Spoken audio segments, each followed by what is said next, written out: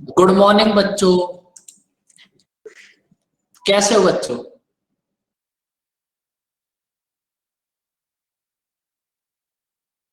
अनिमेश, तबीयत कैसी है अब आपकी?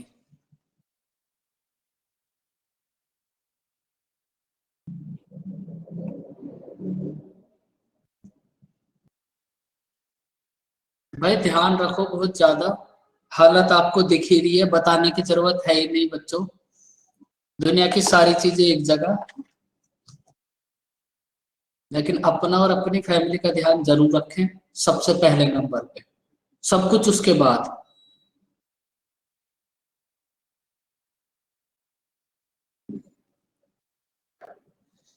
और कोशिश करो।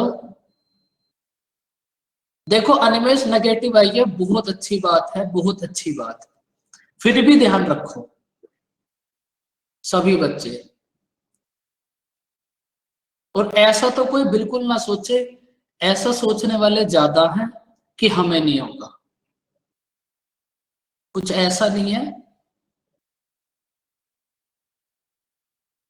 पॉजिटिव आई है तब भी कोई बात नहीं, ध्यान रखो।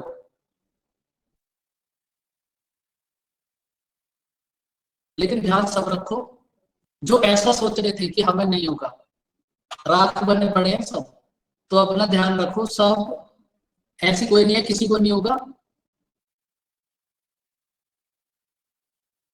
तो अपना ध्यान रखो। मैं फिर से समझा रहा हूँ, पढ़ाई आपकी घर से ही चल रही है, बाकी कॉलेज सब बंद है। बाहर आपको कोई चक्कर लगाने जाना नहीं है। तो इसलिए अपना घर से ही करते रहो जो भी करना है। बताओ बच्चों, लास्ट क्लास में क्या करा था? और देखो अभी आपको जो भी आपका एग्जाम था उसके लिए कम से कम 1 से 1.5 मंथ, कम से कम 1.5 महीना आपको ज्यादा मिल गया। तो उस 1.5 महीने का फायदा उठाओ। फायदा कैसे उठाओगे? आपके पास दो ऐसे सेक्शन है, एक तो जीएस और एक इंग्लिश। मैं आपको बार बार समझा रहा हूं, मैं बार बार समझा रहा हूं, जीएस और इंग्लिश दोनों पे फोकस करो। जो भी आपको ये 1 से 1.5 महीना एक्स्ट्रा मिला है, इस पूरे 1 से 1.5 महीने को अपना 70% फोकस इन दोनों सब्जेक्टों पे कर दो। सिलेक्शन होने से कोई नहीं रोक पाएगा। मैं आपको हर क्लास में बात समझाता हूँ, जीएस और इंग्लिश। सीएचएसएल भी, सीजीएल भी, जिनका बैंक का एग्जाम था वो भी, सब कम से कम 1.5 से 2 महीने पीछे चले गए निवेश। अच्छा, मतलब पक्का आ गया क्या उनका न्याय? नहीं, इतना तो जाएगा ही जाएगा। 8 तारीख को सीपीओ का एग्जाम था, वो कैंसिल हो गया। हाँ। तो अभी इतना तो सब, हालत तो आप देख ही रहे हो। 1.5 से 2 महीने तो मिनिमम है, 1.5 से 2 महीने तो मिनिमम है। तो बच्चों इस बात का ध्यान रखो, जीएस और इंग्लिश को उड़ा के फेंक दो, मैथ की प्रैक्टिस करते रहो बस। क्योंकि जीएस में आपके पास पूरी रटने वाली है, और इंग्लिश में आपके पास वोकैब रटने वाली है। रटने वाला तो रटना ही पड़ेगा। क्वेश्चन नंबर लास्ट क्लास में क्या कराया था? 31 क्वेश्चन हो गया था या कराना है? बोलो।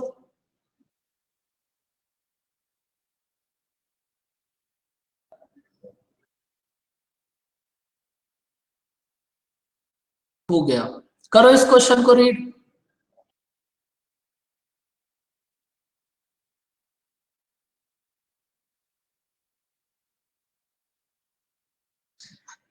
देखो दो भाई हैं सी और डी, इन दोनों की सेविंग का रेशियो है 5 और 6।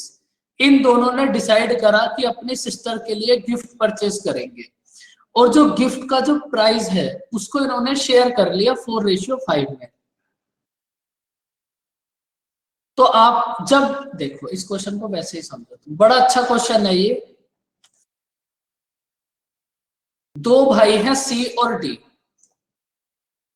भाई इनके पास अमाउंट का रेशियो है 5:6।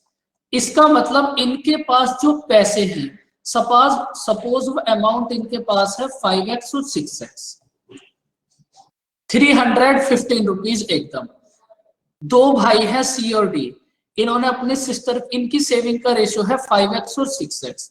इन्होंने अपने सिस्टर के लिए गिफ्ट परचेज करा और गिफ्ट के प्राइस को इन्होंने किस रेशियो में शेयर कर लिया बच्चों, सपोज 4y और 5y। गिफ्ट का जो भी प्राइस था उसमें से 4y दिया होगा सी ने और 6y दिया होगा डी ने। अब आप सबसे पहले तो मुझे ये बताओ कि गिफ्ट का टोटल प्राइस कितना हो गया। गिफ्ट का टोटल प्राइस कितना हो जाएगा बच्चों, 9y। भाई 4y तो दिया है सी ने, 5y दिया है डी ने, तो गिफ्ट का टोटल प्राइस कितना हो गया, 9y। गिफ्ट परचेज करने के बाद ए के पास कितना बचा, अपने अमाउंट का 3/4 और डी के पास कितना बचा, 497। तो आपको इस गिफ्ट की वैल्यू को फाइंड आउट करना है, क्या होगी गिफ्ट की वैल्यू फाइंड आउट करनी है, मतलब 9y की वैल्यू। अब देखो आपको कुल मिलाकर इस क्वेश्चन में करना क्या है, आपको y की वैल्यू फाइंड आउट करनी है। y की वैल्यू आपको मिल जाएगी, y की वैल्यू को y के प्लेस पर रख दो और गिफ्ट, सपोज y की वैल्यू आई आपके पास 2, तो गिफ्ट का प्राइस कितना हो जाएगा, 9 × 2 80। तो आपको y की वैल्यू फाइंड आउट करनी है और फिर y की वैल्यू की मल्टीप्लाई 9 में कर दो, गिफ्ट का प्राइस आ जाएगा। बताओ बच्चों ये बात समझ आई। आपको इस गिफ्ट का प्राइस फाइंड आउट करना है कि इन दोनों भाइयों ने मिलकर अपने सिस्टर के लिए कितने रुपए का गिफ्ट परचेज करा है। बताओ बच्चों बात समझ आई। इतने शांत क्यों हो भाई, ऐसा क्या हुआ। अब देखो फर्स्ट स्टेटमेंट रीड करो। गिफ्ट परचेज करने के बाद सी के पास अपने अमाउंट का 3/4 है। भाई एक बात बताओ मुझे आप, अगर सी के पास 100 रुपए है, सपोज सी के पास 100 रुपीज है और सी ने गिफ्ट परचेज करने में दे दिए 80 रुपीज, तो सी के पास रिमेनिंग कितना बचेगा। टोटल 100 रुपए है, 80 रुपए दे दिए गिफ्ट परचेज करने में, तो सी के पास रिमेनिंग कितना बचेगा, बोलो बच्चों। क्या हुआ, बोल क्यों नहीं रहे। इतने शांत मत रहो भाई। तो सी के पास कितने बचेंगे, 20 रुपीज। अब आपको यही बोला है, ये जो सी के पास अमाउंट बचा ये उसके टोटल अमाउंट का 3/4 है। तो अब देखो यहां तो आपको पता है कि ए की सी की इनकम है 100 और गिफ्ट का प्राइस है 80, तो सेविंग कितना हो गई, आपने 100 में से 80 को सब्ट्रैक्ट कर दिया तो 20 आ गया। लेकिन अब बताओ मुझे सी की सेविंग कितना होगी, सी के अमाउंट है 5x और गिफ्ट परचेज करने पे एक्सपेंड कर दिए 4y, तो अब सी के पास कितने रुपए रिमेनिंग बचे होंगे, 5x - 4y। भाई सी के पास इतने रुपए रिमेनिंग बचे होंगे ना, 5x - 4y। अब ये जो सी के पास अमाउंट है ये उसके टोटल अमाउंट का 3/4 है। बात समझ आई बच्चों। ये है आपके पास फर्स्ट इक्वेशन। भाई अगर टोटल 100 होता और गिफ्ट का प्राइस 80 होता तो आपने 100 में से 80 सब्ट्रैक्ट करा तो सी की सेविंग आ गई 20। अब 100 के प्लेस पर ओरिजिनल अमाउंट क्या है, 5x। 80 के प्लेस पर ओरिजिनल गिफ्ट के लिए आपने कितना स्पेंड कर दिया, 4y। तो अब आपकी सेविंग कितना हो जाएगी, 4x - 5y। बोलो बच्चों बात समझ आई या कोई दिक्कत परेशानी, बोलो।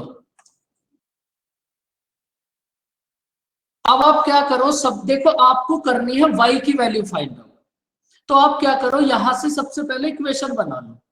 कितना बनेगी इक्वेशन, देखो 5x - 4y = 15x/4। x वाले टर्म्स को एक साथ कर लो, रिमेनिंग टर्म्स को एक साथ कर लो, तो ये कितना हो जाएगा, 5x - 15x/4 = 4y। तो ये कितना होगा, 20x - 15x/4 = 4y। 5x/4 = 4y। तो आपके पास यहां से कितना आ गया बच्चों, 5x = 16y। सबसे पहले आपने यहां से x और y में रिलेशन फाइंड आउट कर लिया कि भाई हमारे पास 5x = होगा 16y। बताओ बच्चों, यहां तक की कहानी समझ आई? बहुत अच्छा क्वेश्चन है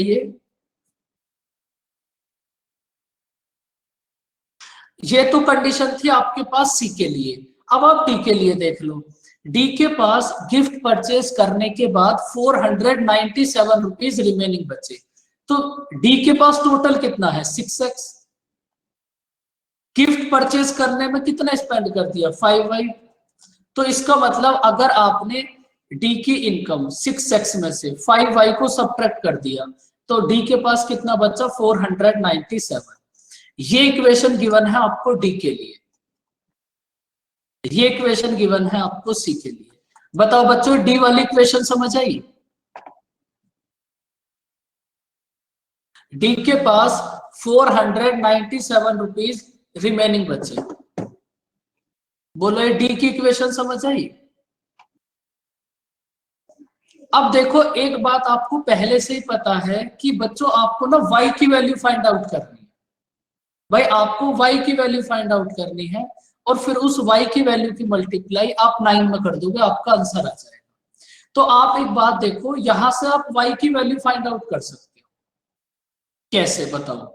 ये जो आपके पास d वाली इक्वेशन है, यहां से आप y की वैल्यू फाइंड आउट कर सकते हो। कैसे बोलो? भाई अगर आपके पास ये जो x है,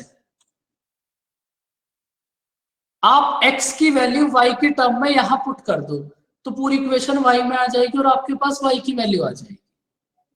भाई आपके पास ये जो x है, इस x के प्लेस पर आप x की वैल्यू y के टर्म में पुट कर दो तो यहां से x की वैल्यू कितना हो जाएगी बच्चों? 16/5y।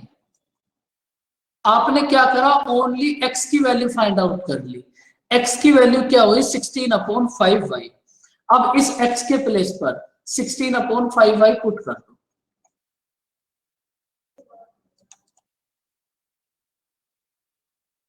अब यहां से फटाफट से y की वैल्यू बताओ कितना आएगी? बस अब ये पूरी इक्वेशन y में कन्वर्ट होगी तो y की वैल्यू अब आपके पास आ जाएगी।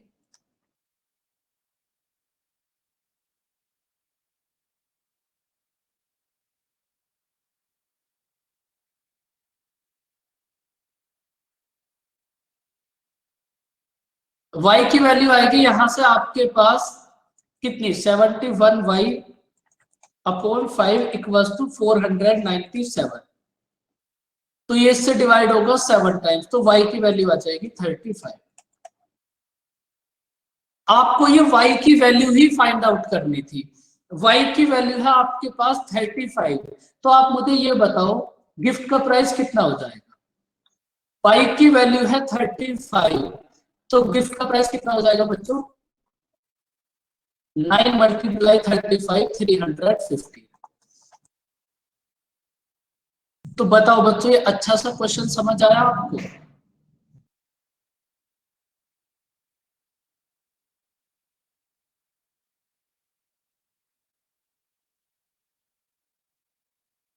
इस क्वेश्चन में किसी को कोई दिक्कत? अब देखो, इस चैप्टर में आपके पास दो पार्ट थे, एक तो था रेशियो और दूसरा है प्रिपोर्शन। रेशियो में तो इतना टाइम तुम्हें लग भी गया, प्रिपोर्शन का बस एक ही क्वेश्चन है जो एग्जाम में आ सकता है। सबसे पहले देखो प्रिपोर्शन क्या होता है? कुछ भी नहीं होता। बोलो अनिमेश। सर एक डाउट है रेशियो का। बोलो। जैसे हमारे पास क्वेश्चन रहते हैं ना कि इनकम का रेशियो दिया हुआ है, एक्सपेंडिचर का रेशियो दिया हुआ है और रिलेशन दिया हुआ है। जैसे आधा जो उसकी आधी है इनकम वो सेव करता है वो। तो हम पहले पार्ट्स इक्वल करके और फिर टू और 1 से मल्टीप्लाई कर देते हैं और फिर सब्ट्रैक्ट कर देंगे तो इनकम माइनस एक्सपेंडिचर, तो सेविंग का रेशियो आ जाएगा। और सेविंग के रेशियो में मान लेते जैसे हमें किसी एक चीज की वैल्यू दी है कंपेयर करने को, तो उस कंपैरिजन से जो 1 की जो वैल्यू आएगी वो हम तीनों रेशियो में कहीं भी यूज कर सकते हैं ना, इनकम में भी, एक्सपेंडिचर में भी और सेविंग में भी। हाँ, आपको 1 की वैल्यू फाइंड आउट करनी है, फिर तो कहीं भी यूज कर सकते हो उसको। हाँ, वैसे हमने सेविंग के रेशियो से निकाली है तो वो हम एक्सपेंडिचर में भी और टोटल में भी कहीं यूज कर भी, सकते हैं ना, कहीं भी। Same value. आप स्टार्टिंग से यही तो कर रहे हो। आप कहीं से भी करके 1 की वैल्यू फाइंड आउट कर लेते हो, वही बस सर, 1 ये की गिफ्ट, वैल्यू फाइंड हाँ, आउट कर लो। गिफ्ट वाला जो क्वेश्चन था ना हमारा, उसमें भी मतलब यही कर रहा था मैं, कि 1 की वैल्यू निकाल के फिर मैंने उसमें यूज कर ली, सेविंग से निकाल के और गिफ्ट वाले रेशियो में डाल दी। तो वहां भी कर सकते हो, लेकिन इस क्वेश्चन का बेसिक समझना जरूरी था। हाँ नहीं, वो तो मतलब सर ये डाउट था कि हम कर सकते हैं कि नहीं, कहीं क्योंकि भी कर सकते हो, आपका यहाँ मोटिव तो बस चलो एक आंसर होगा। मैच हो गया, पर कहीं भी कर सकते हो, आपका मोटिव बस एक है, आपको 1 की वैल्यू फाइंड आउट करनी है बस। Yes sir. अब देखो प्रिपोर्शन क्या होता है। प्रिपोर्शन से ज्यादा आसान तो जिंदगी में कुछ भी नहीं है भाई। आपके पास, आपने कहीं कहीं ऐसे साइन देखे होंगे ना, देखे हैं कहीं ऐसे साइन बच्चों आपने? प्रिपोर्शन का मतलब कुछ भी नहीं होता। 4 नंबर देखो, साइन वाइन को भी छोड़ो भाई, आपके पास 2 नंबर है, आपके पास सपोज जैसे 2 नंबर है ए और बी। इसमें कुछ हमें इतना किसी चीज की जरूरत नहीं है, यहां से एक ही क्वेश्चन है जो एग्जाम में आएगा बस, वो अभी मैं आपको बताऊंगा। देखो जैसे आपके पास 2 नंबर प्रिपोर्शन में है, तो यहाँ आपके ये दो नंबर है, प्रिपोर्शन का एक्चुअल मतलब क्या है देखो, 4 से देखो, आपके पास ये चारों नंबर प्रिपोर्शन में है, तो यहाँ आपके पास एक रिजल्ट होएगा, इन दोनों की मल्टीप्लाई और इन दोनों की मल्टीप्लाई इक्वल होगी। अगर आपके पास कोई भी 4 नंबर प्रिपोर्शन में है, तो यहां से आपके पास एक रिजल्ट है बच्चों, ए डी और बी सी, ये दोनों इक्वल होंगे और यही प्रिपोर्शन है। सबसे पहले तो इसी को नोट कर लो। कोई भी 4 नंबर अगर प्रिपोर्शन में है, तो बाहर वाले दोनों नंबर की मल्टीप्लाई और अंदर वाले दोनों नंबर्स की मल्टीप्लाई इक्वल होगी। करो इसको नोट। क्वेश्चन इसी के ऊपर बनेगा। अब वो क्वेश्चन भी डायरेक्ट नहीं आएगा आपके पास कि भाई आपको 3 नंबर दे दिए और लास्ट वाला नंबर बताओ क्या होगा। इसको नोट करो।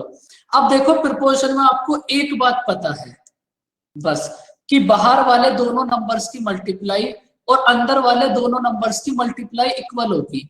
तो ये तो था आपके पास जब आपके पास कोई भी 4 नंबर्स प्रिपोर्शन में। और इस सेम बात को आप कैसे बोल सकते हो भाई, जब आपके पास कोई भी 2 नंबर प्रिपोर्शन में है, तो आप उनको कैसे लिखते हो? इसकी आपको जरूरत नहीं है, लेकिन फिर भी देख लो। अगर कोई भी 2 नंबर आपके पास प्रिपोर्शन में है, तो आप एक्चुअल में उसको ऐसे लिखते हो, और यहां से फिर क्या हो जाएगा, बाहर वाले दोनों की मल्टीप्लाई और अंदर वाले दोनों नंबर्स की मल्टीप्लाई इक्वल होगी। तो आपके पास अगर कोई भी 2 नंबर प्रिपोर्शन में है, तो आपके पास रिजल्ट क्या होगा, रूट ए बी। और आपके पास डायरेक्ट क्वेश्चन आएगा कि भाई 6 और 12 इन दोनों का मीन प्रिपोर्शन फाइंड आउट करो। तो आपको कुछ भी नहीं करना, जो भी 2 नंबर आपके पास प्रिपोर्शन में है, इनको बोलते हैं मीन प्रिपोर्शन। इसको भी नोट कर लो। बाहर वाले दोनों नंबर्स की मल्टीप्लाई और अंदर वाले दोनों नंबर्स की मल्टीप्लाई इक्वल होगी। अब देखो ये तो था आपके पास मीन प्रिपोर्शन, ये था आपके पास 4th प्रिपोर्शन, एक और बचा आपके पास भाई 3rd प्रिपोर्शन। वो क्या होगा उसको भी देख लो, ऊपर ही देख लेते हैं। उसमें भी आपके पास सेम प्रोसेस होगा।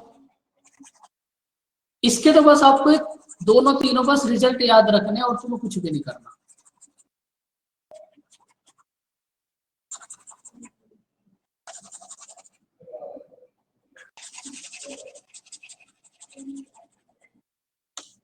देखो अगर आपके पास कोई भी 3 नंबर प्रिपोर्शन में है, आपको इस टाइप से गिवन है कि भाई 3 नंबर प्रिपोर्शन में है, आप इसका 3rd प्रिपोर्शन फाइंड आउट करो क्या होगा।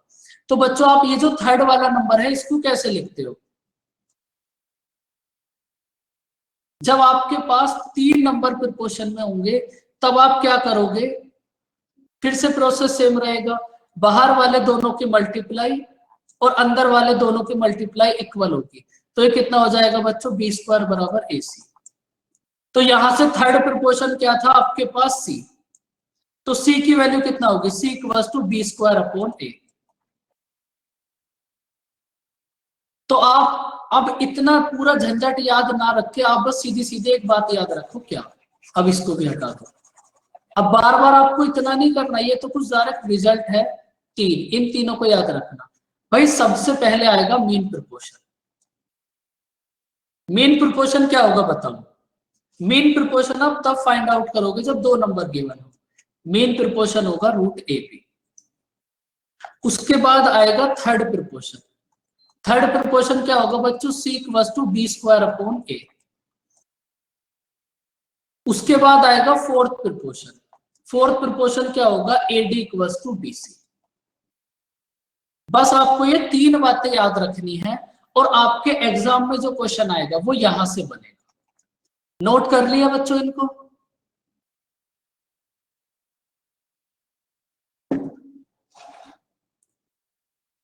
फटाफट से इसको कर लेते हैं, फिर एज स्टार्ट करेंगे। बताओ बच्चों, इसको नोट कर लिया? अब देखो, अभी क्वेश्चन करोगे ना, 1 मिनट में क्लियर हो जाएगी बात। क्वेश्चन इस टाइप से आएंगे, भाई आपके पास तीन नंबर है 6, 8 एंड 15 और आपको फोर्थ प्रोपोर्शन फाइंड आउट करना है, क्या होगा? भाई आपको एक बात पता है, फोर्थ प्रोपोर्शन को अगर आपने x मान लिया तो इन दोनों की मल्टीप्लाई और इन दोनों की मल्टीप्लाई इक्वल होगी। तो बताओ कितना होगा फोर्थ प्रोपोर्शन? 6x = 120। तो x की वैल्यू कितना आ जाएगी? 20। फोर्थ प्रोपोर्शन के लिए आपको बस एक बात याद रखनी है, बाहर वाले दोनों नंबर्स की मल्टीप्लाई और अंदर वाले दोनों नंबर्स की मल्टीप्लाई इक्वल होगी। बात समझ आई बच्चों? फोर्थ प्रोपोर्शन होगा 20, क्योंकि जब आप x के प्लेस पर 20 करोगे तो 6 × 20 कितना होगा? 120। और 8 × 15 कितना होगा? 120। और यही तो आपका रिजल्ट था, बाहर वाले दोनों की मल्टीप्लाई और अंदर वाले दोनों की मल्टीप्लाई इक्वल होगी। बोलो बच्चों, कोई दिक्कत? अब देखो, इतना इजी क्वेश्चन तो एग्जाम में कभी आएगा ही नहीं, इतना तो आप भी समझ सकते हो। चलो बताओ, इसका बताओ फोर्थ प्रोपोर्शन क्या होगा?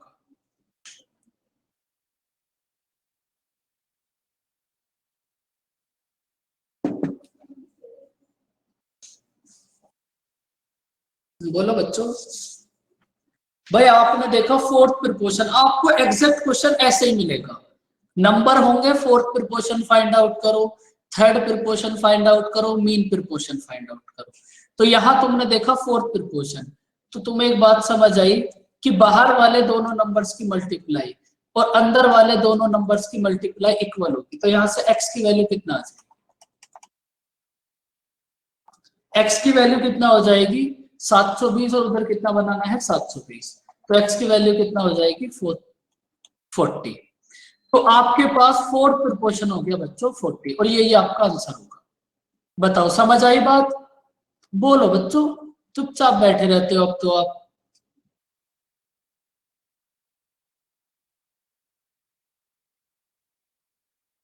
अब देखो, इस टाइप से डायरेक्ट क्वेश्चन मिलेगा कि भाई आपके पास दो नंबर हैं 6 और 24, इनका मीन प्रोपोर्शन फाइंड आउट करो, क्या होगा? बताओ मीन प्रोपोर्शन क्या होगा?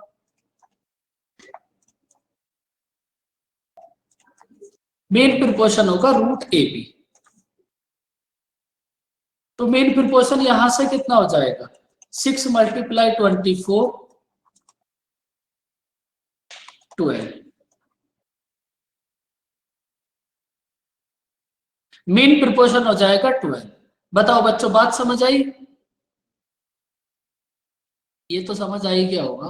अब देखो, ऐसा क्वेश्चन एग्जाम में आएगा, ऐसा क्वेश्चन एग्जाम में आएगा। अगर प्रोपोर्शन से कोई क्वेश्चन है जो एग्जाम में आ सकता है तो वो ये क्वेश्चन है। और एक बात आप याद रखो, ये क्वेश्चन भी अब हाल फिलहाल में आना स्टार्ट हो गया, क्योंकि रेशियो तो हर कोई पढ़ाता था स्टार्टिंग से, प्रोपोर्शन कोई पढ़ाता ही नहीं था, क्योंकि इसमें कुछ ऐसा है ही नहीं जो एग्जाम में आएगा। तो ये जो क्वेश्चन है आपके पास 36, ये क्वेश्चन अब हाल फिलहाल में एग्जाम में आना स्टार्ट हो गया। अब देखो, करो इस क्वेश्चन को रीड।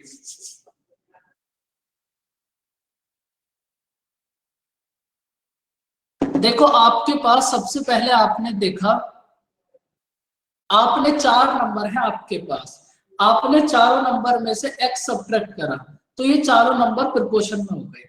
अब आप सबसे पहले मुझे ये बताओ, अगर 4 नंबर्स है आपके पास और ये चारों नंबर प्रिपोर्शन में है, तो आपके पास क्या रिजल्ट है? ये बहुत अच्छा क्वेश्चन है, बहुत अच्छा क्वेश्चन। अगर आपके पास कोई भी चार नंबर है और ये चारों नंबर प्रिपोर्शन में है, तो यहां से अभी आपको एक रिजल्ट बताया था कि भाई क्या होगा, एडी इक्वल्स टू बीसी, और ये होगा ही होगा जब आपके पास चार नंबर प्रिपोर्शन में है। देखो वैसे ही क्वेश्चन एकदम इजी है, इसमें थोड़ी सी कैलकुलेशन हो सकती है भाई। क्वेश्चन में आपको बोला है कि आपने चारों नंबर्स में से x को सब्ट्रैक्ट कर दिया, तो भाई कर दो चारों नंबर्स में से x को सब्ट्रैक्ट।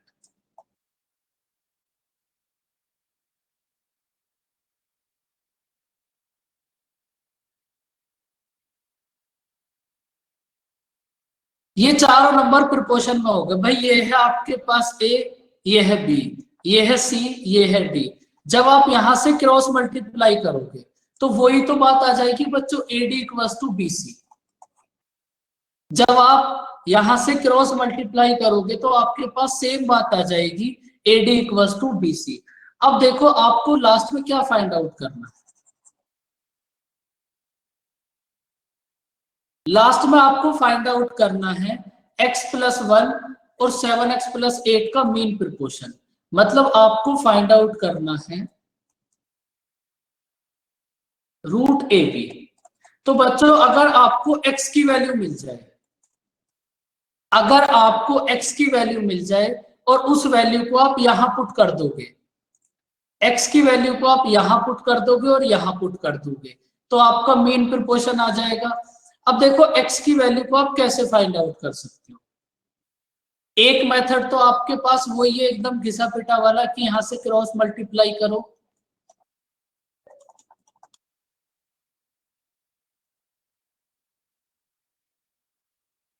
क्रॉस मल्टीप्लाई करो और यहां से क्वाड्रेटिक इक्वेशन बना के सॉल्व कर लो। एक मेथड तो ये है, लेकिन इसमें तुम्हें थोड़ा सा टाइम लग सकता है। अब आप इसका दूसरा मेथड देख लो क्या होगा।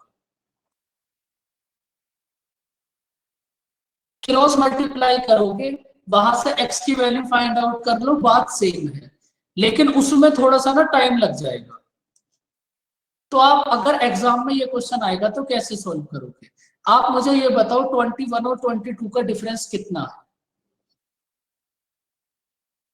1। 60 और 64 का डिफरेंस कितना है? 4।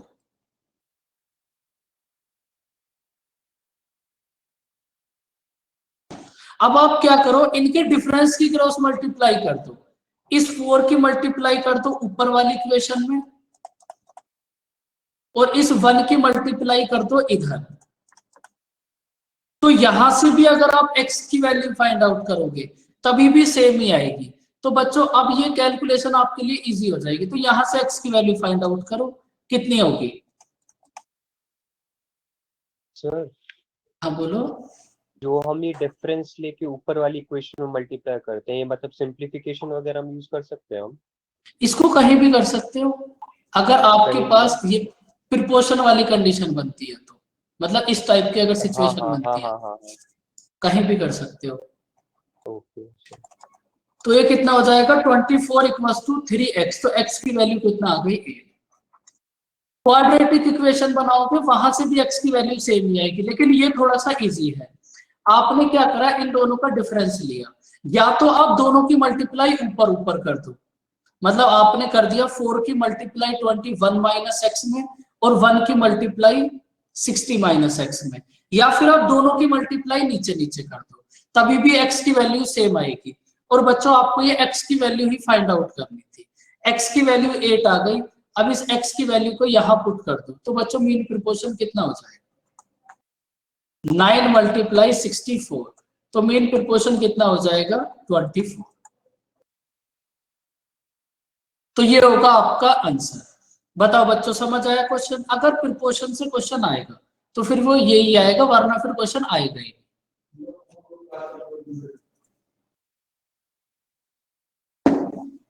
बोलो बच्चों इस क्वेश्चन में कोई दिक्कत? और देखो अब ना आप यहां से एक बात और समझ लो, और इस क्वेश्चन को सॉल्व करने का सबसे इजी मेथड यही है। यहां से तुम्हें छोटी सी बात और समझना, अगर यहां पर कोई दो ऐसे नंबर आए, सपोज आपके पास नंबर आ गए बच्चों 40 और 50, भाई ऐसा भी तो कभी हो सकता है कि इनका डिफरेंस ही इतना बड़ा आ जाए कि उससे तो आप यही सोचो कि इससे इजी तो हम वैसे ही कर लेते हैं, तो आप फिर इन दोनों नंबर्स को भी सिंप्लीफाई कर सकते हो। 5 की मल्टीप्लाई इधर और 4 की मल्टीप्लाई इधर। देखो जैसे आपके पास है नेक्स्ट क्वेश्चन,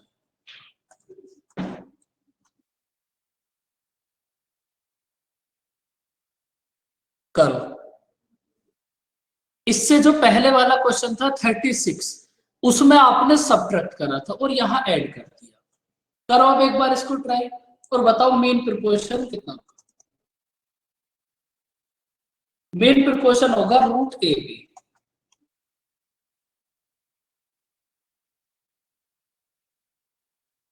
कुल मिलाकर आपको करना क्या है, x की वैल्यू फाइंड आउट करनी है और उस x की वैल्यू को यहां पुट कर दो, मेन प्रिपोजिशन आ जाएगा। करो x की वैल्यू फाइंड आउट एक बार।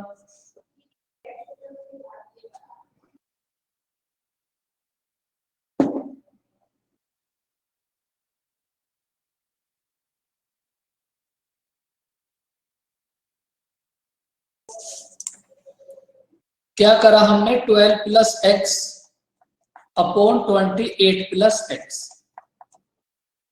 Equals to 21 plus x upon 45 plus x. अभी देखते हैं बच्चों आंसर कितना होगा। देखो आपको अभी क्या बात समझाई थी, एक प्रोसेस तो वही है कि यहां से क्रॉस मल्टीप्लाई करके क्वाड्रेटिक इक्वेशन बना लो और एक्स की वैल्यू फाइंड आउट कर लो, और ज्यादातर बच्चे इसको करेंगे भी ऐसे ही।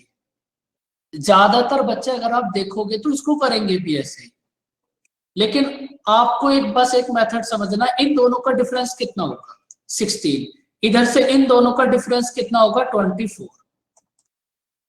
तो या तो आप ऐसा कर लो 24 और 16 की मल्टीप्लाई कर लो डायरेक्ट, या फिर अगर इन दोनों नंबर्स को भी आप सिंप्लीफाई कर सकते हो तो कर लो। भाई दोनों देखा आपने, दोनों 8 से डिवाइड हो जाएंगे, 2 और 3। तो अब आपने 8, 16 और 24 को भी सिंप्लीफाई कर लिया। अब क्या करो, 3 की मल्टीप्लाई तो इधर कर दो और इस 2 की मल्टीप्लाई इधर कर दो, और यहां से x की वैल्यू आप फाइंड आउट कर दो।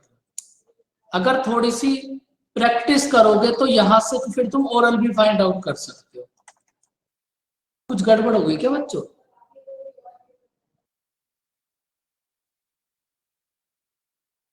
टू से मल्टीप्लाई कर, तो ये कितना होगा 42 प्लस 2x। तो यहां से x की वैल्यू कितना आ जाएगी 6। x की वैल्यू आ गई आपके पास 6, और आपको ये x की वैल्यू ही फाइंड आउट करनी थी। भाई x की वैल्यू आई 6, तो मेन प्रिपोजिशन कितना हो जाएगा 9 मल्टीप्लाई 25, मेन प्रिपोजिशन कितना हो जाएगा बच्चों 50। तो इतना सा था बस आपके पास प्रिपोजिशन। प्रिपोजिशन में आपके पास यही 3 से 4 क्वेश्चन थे। अगर प्रिपोजिशन का क्वेश्चन एग्जाम में आएगा तो फिर वो 36 या 37 में से कोई एक होगा। बताओ बच्चों रेशियो समझ आया आपको?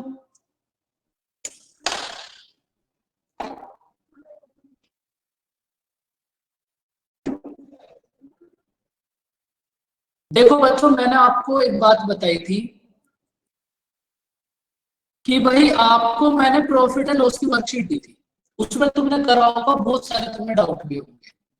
सेम ऐसे ही आज या फिर कल तक तुम्हें मिल जाएगा परसेंटेज, क्योंकि जो परसेंटेज की वर्कशीट हम पहले देते थे, वर्कशीट वो भी बड़ी अच्छी है, लेकिन उनमें दिक्कत ये थी कि जैसे आप परसेंटेज कर रहे हो तो आपको अगर उस वर्कशीट को करना है तो फिर आपको सारे चैप्टर जब आपके कंप्लीट होंगे आप तभी कर पाओगे, क्योंकि उसमें बीच बीच में हर एक चीज के क्वेश्चन थे।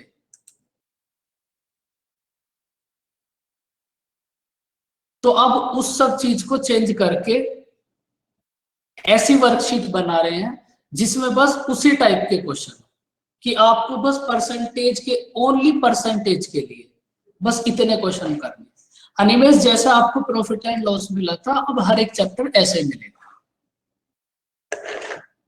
थोड़ा सा समय तो लगेगा चीजों में, लेकिन ये है कि आप अगर एक बार कर लोगे फिर आपको कहीं इधर उधर कुछ भी नहीं घूमना।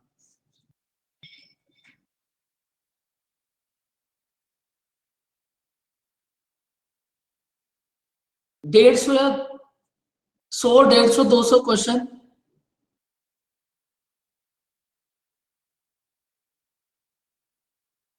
देखो एडवांस मैथ में तो मैं खुद से आपको सारा खुद से कराऊंगा, बस आप उन्हीं की प्रैक्टिस करते रहो बार बार। जितना क्लास में हो रहा है बस उसी की प्रैक्टिस करते रहो, उससे ज्यादा क्या करोगे। लाइंस आपके पास इतना छोटा सा टॉपिक है, उसमें हमने तुम्हें इतने क्वेश्चन करा दिए, उससे थोड़ी ज्यादा ना हो सकता है लाइंस, बस इतना ही है, उसी की प्रैक्टिस करते रहो बस। अभी हमें बहुत टाइम मिल गया तो हम चीजों को आराम से कर सकते हैं।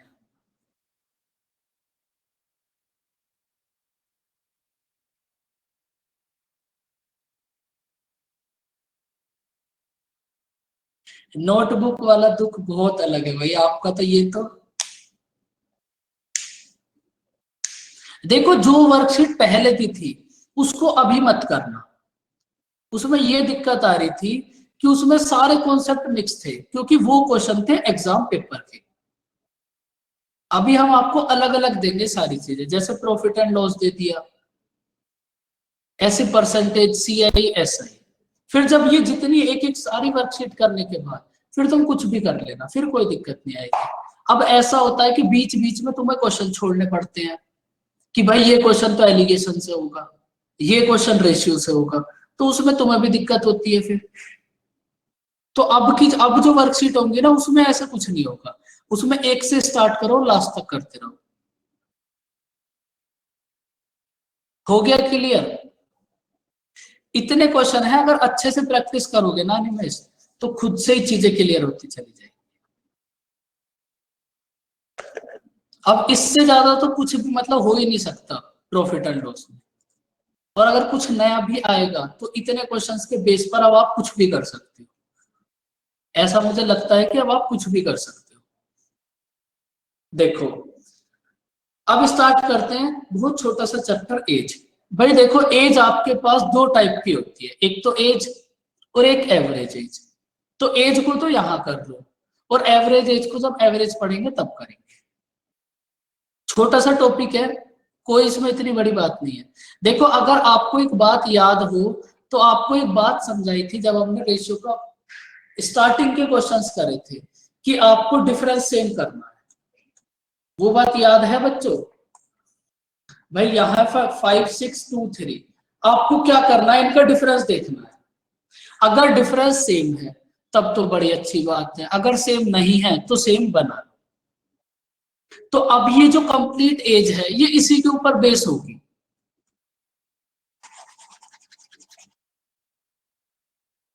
देखो और एज में इससे ज्यादा कुछ भी नहीं है, करो इस क्वेश्चन को।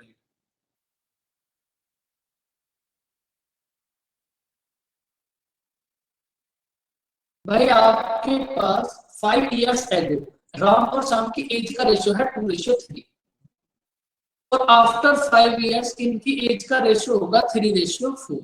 तो आपको इनकी प्रेजेंट एज फाइंड आउट करनी है क्या होगी। कोई दिक्कत नहीं होगी, एक्स से भी कर सकते हो, 5x, 3x, 2x कैसे भी कर सकते हो, लेकिन हम करेंगे विदाउट एक्स। अगर एक्स से ही करना होता तो फिर इतना रेशियो का बेसिक पढ़ाने की कोई जरूरत ही नहीं थी। भाई देखो ये है आपके पास, पी है मतलब present, R Ram, S Shyam. भाई 5 years एगो राम और श्याम की एज का रेशियो है 2:3, और आफ्टर 5 years राम और श्याम की एज का रेशियो है 3:4। तो आपको राम और श्याम की प्रेजेंट एज बतानी है क्या होगी। तो आपको कुछ भी नहीं करना, बस इनका डिफरेंस चेक। 2 और 3 का डिफरेंस कितना होगा 1, 3 और 4 का डिफरेंस कितना होगा 1। आपके पास दोनों जगह डिफरेंस सेम है, अगर डिफरेंस सेम है तो फिर 1 की वैल्यू कितना हो जाएगी 10। अगर डिफरेंस सेम है तो 1 की वैल्यू कितना हो जाएगी 10, 1 की वैल्यू है 10 तो 2 की वैल्यू 20, 3 की वैल्यू 30, 30 40, तो ये कितना होगा 25 और 35। बस ये होंगे आपके आंसर्स। बात समझ आई बच्चों? बस आपको कुछ नहीं करना है, ये नीचे वाला डिफरेंस देखना है। अगर डिफरेंस सेम है तो 1 की वैल्यू हो गई 10। अगर ये डिफरेंस सेम नहीं होता तो डिफरेंस को पहले सेम बनाते, फिर जो नीचे डिफरेंस सेम होने के बाद आता उसकी वैल्यू हो जाती है 10। बताओ बच्चों, समझ आया क्वेश्चन?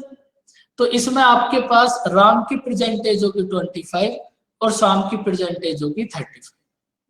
बोलो बच्चों।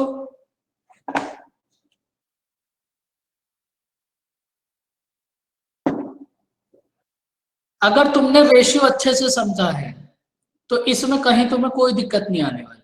110%। करो इस क्वेश्चन को अब एक बार खुद से ट्राई।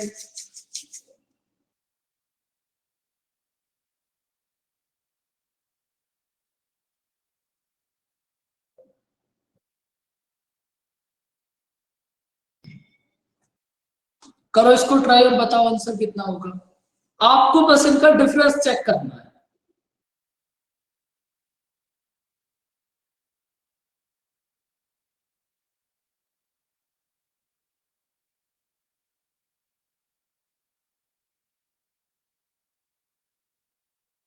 देखो, करो बच्चों ट्राई। 13 और 15। देखो, ये है हमारे पास राम और ये है शाह, ये है इनकी percentage. 5 years ago, 5 years ago Ram और शाम की एज का रेशियो है 3:1। आफ्टर 5 years राम और शाम की एज का रेशियो है 2:1। तो सबसे पहले को तो आपको क्या करना है, इनका डिफरेंस है। आप मुझे ये बताओ, इन दोनों का डिफरेंस सेम है? भाई आपने देखा कि इन दोनों का डिफरेंस सेम नहीं है। सेम नहीं है तो फिर सेम बना लो। 3 और 1 का डिफरेंस कितना होगा 2, 2 और 1 का डिफरेंस कितना होगा 1। तो आप क्या करो, 2 की मल्टीप्लाई नीचे कर दो और 1 की मल्टीप्लाई ऊपर कर दो। इनके डिफरेंस की क्रॉस मल्टीप्लाई करने के बाद इनका जो डिफरेंस है वो खुद से इक्वल हो जाएगा। देखो कैसे। ये बात तो आपको सारी बातें रेशियो में समझाई दी थी। जब आप ऊपर 1 से मल्टीप्लाई करोगे तो कितना रहेगा 3 और 1, और जब आप नीचे 5 से मल्टीप्लाई करोगे तो कितना होगा 4 और 2। अब देखो इनका डिफरेंस सेम हुआ, क्रॉस मल्टीप्लाई करते ही इनका डिफरेंस अपने आप सेम हो जाएगा। डिफरेंस सेम हो गया, डिफरेंस सेम हो गया तो बच्चों 1 की वैल्यू अब की बार कितनी हो गई 10। 1 की वैल्यू है 10, 30 10, 40 20। भाई प्रेजेंट से 5 साल पहले राम की एज थी 30, तो आज राम की एज कितना हो जाएगी 35। प्रेजेंट से 5 साल पहले शाम की एज थी 10 इयर्स, तो आज शाम की एज कितना हो जाएगी 50। तो राम की प्रेजेंट एज होगी 35 और शाम की प्रेजेंट एज होगी 50। समझ आया बच्चों क्वेश्चन?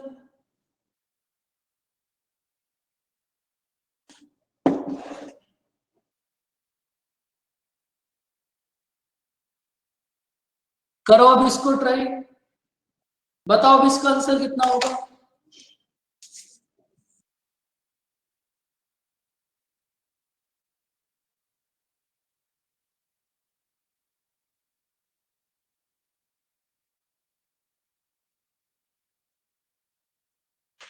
चार राम रोहन और सोहन की एज का रेशियो है 3:4। 4 इयर्स 4 साल पहले एज का रेशियो था 5:7। इनकी परसेंटेज बतानी है क्या होगी, बस डिफरेंस चेक करना और कुछ भी नहीं करना।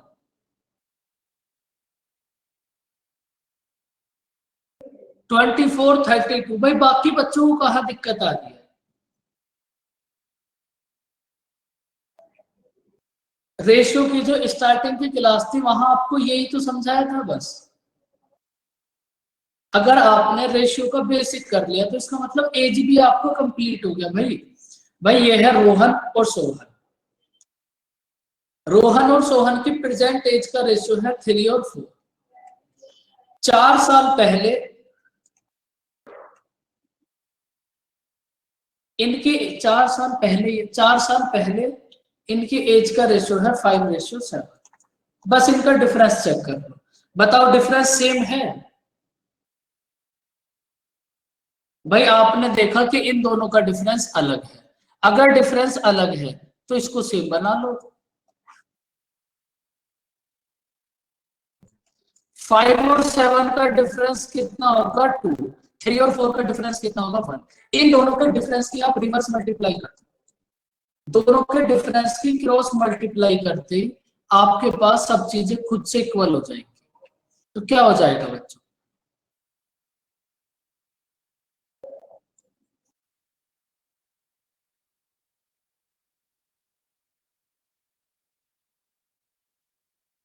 वन की मल्टीप्लाई 5 और 7 में करोगे तो कोई भी इफेक्ट नहीं पड़ेगा। 2 की मल्टीप्लाई 3 और 4 में करोगे तो कितना हो जाएगा? इधर 6 और इधर 8। अब देख लो इन दोनों का डिफरेंस, इन दोनों का डिफरेंस सेम हो गया 1। अगर डिफरेंस सेम हुआ तो बच्चों 1 की वैल्यू है 4। 1 की वैल्यू है बच्चों 4। आपको फाइंड आउट करनी है इनकी परसेंटेज। 1 की वैल्यू है 4 तो 6 की वैल्यू कितना होगी? 24। 1 की वैल्यू है 4 तो 8 की वैल्यू कितना होगी? 32।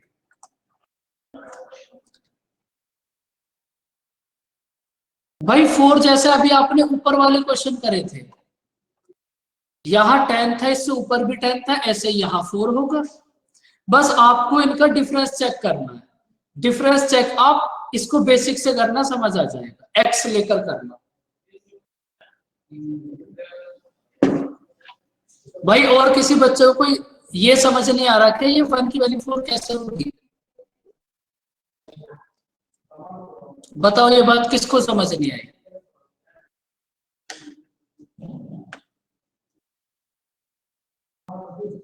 एक काम करना बच्चों, आप ये जो आपके पास क्वेश्चन है ना, इसको x की वैल्यू लेकर करना कि भाई आपके पास ये है 3x और 4x।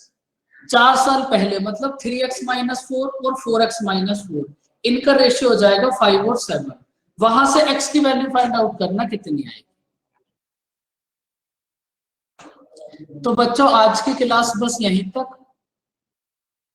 नेक्स्ट क्लास में बता देंगे 4 कैसे होगा, फिर से कर लेंगे इसको।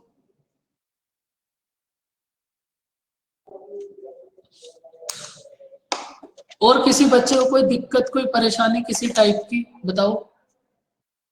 इस क्वेश्चन को फिर से कर लेंगे नेक्स्ट क्लास में, लेकिन आप एक बार इसको ट्राई करना 3x-4 से और 4x-4 से। भाई आज आपको एक और आपकी वर्कशीट मिल जाएगी और आप बस मुझ पे ट्रस्ट करके इन्हीं वर्कशीट को करो। जो भी आप ग्रंथ कर रहे हो ना, वो बड़े बड़े जो आपने बुक परचेज कर रखी है, उनसे कुछ भी नहीं होने वाला। इस बात को लिख के रख लो। ये जो आपको 100, 150, 200 क्वेश्चन मिल रहे हैं, बस इनको कर लो, पास भी हो जाओ। मैं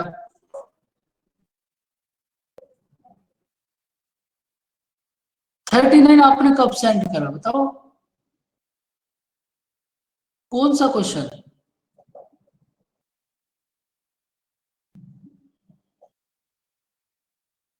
प्रॉफिट एंड लॉस वाला? ठीक है, आप एक बार अभी कर देना। प्रॉफिट एंड लॉस का 39 आप अभी कर देना, मैं आपको फिर उसका अभी के अभी सॉल्यूशन सेंड कर देता हूँ। ओके बच्चों, बाय बाय, टेक केयर। बोलो निमेश। कोई सॉल्व तो हो गया, उसका आंसर ऐसा लग रहा गलत सा, पता नहीं, तो मैं आप देखना एक बार आंसर क्या आ रहा है। अच्छा, आंसर ऑप्शन मैच नहीं हो रहा होगा आपका?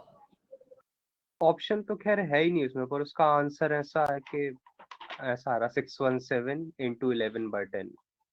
तो चलो एक बार एक देख बार आप लो, देख, क्योंकि ऑप्शंस में तो काफी सारे क्वेश्चंस में मिस्टेक है। हाँ हाँ हाँ, ऑप्शन से तो मैं जा ही नहीं रहा सुन में, मतलब किए थे तो फिर मैंने और फिर वो उमंग ने, हम लोग ने आंसर मैच कर लिए थे एक बार, तो मोस्टली आंसर सही थे उनसे।